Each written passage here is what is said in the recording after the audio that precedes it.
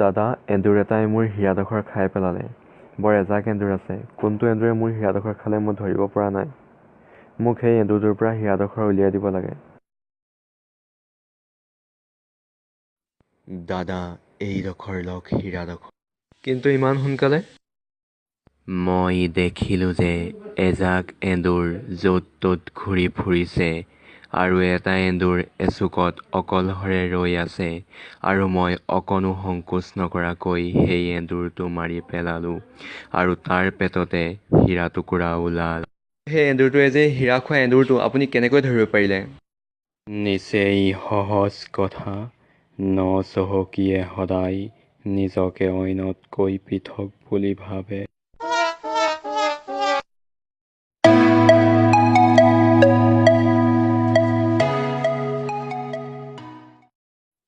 কালি কি হ'ল জানা বন্ধু? কি হ'ল? মদ অলপ বেছিকৈ খালোঁ। ঘৰত পাওঁতে দেৰি হ'ল। দুৱাৰত ঢকঢকাই থাকিলোঁ। ঘৈণীয়ে দুৱাৰ খুলি নিদিলে। গোটেই ৰাতিটো বাহিৰতে থাকিব লগা হ'ল। পিছে ৰাতিপুৱা পত্নীয়ে মজা বাহিৰ কৰিলে? নহয় হে বন্ধু, পুৱা নিচা আঁতৰাতহে গম পালোঁ। ঘৈণী মোৰ মাকৰ ঘৰত আছিল আৰু চাবিটো মোৰ পকেটতে আছিল।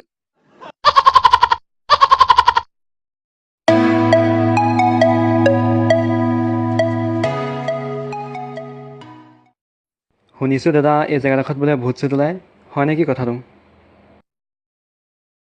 মই নাজানো বোপাই, মই মৰাটো 7 বছৰেই হ'ল।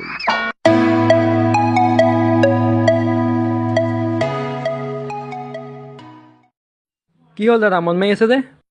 নক'বা আৰু, বিয়া নপতা হ'লেই ভাল আছিল। কিয়, কি হ'লনো? মোৰ মানুহজনীৰ পৰা মই ক'তোৱে মুখ দেখাব নোৱাৰা হৈছোঁ। ৰাতি ৰাতি তাই নাইট ক্লাবলৈ যায়। কি কথা কৈছা হে? তেওঁ নাইট ক্লাবত গৈ কৰে কি? কি কৰিব আৰু, পিটি পিটি মোক ঘৰলৈ লৈ আহেগৈ তাৰ পৰা।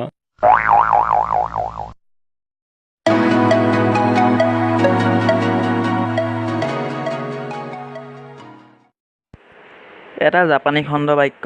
যদি কোনোবাই এইটো কৰিব পাৰে তেনেহ'লে তুমিও পাৰিবা। যদি কোনেও কৰিব নোৱাৰে তেনেহ'লে তুমিয়ে পাৰিবা। এই খণ্ড বাক্যটোৰ ভাৰতীয় ভাঙনি। যদি কোনোবাই এইটো কৰিব পাৰে তেনেহ'লে তেওঁকে কৰিবলৈ দিয়া। যদি কোনেও কৰিব নোৱাৰে তেনেহ'লে বাদ দিয়া। অসমীয়া ভাঙনি। যদি কোনোবাই এইটো কৰিব পাৰে তেনেহ'লে তেওঁক কামটো কৰাত বাধা দিয়া। যদি কোনেও কৰিব নোৱাৰে তেনেহ'লে ইয়াৰ বিৰুদ্ধে এটা বন্ধ দিয়া।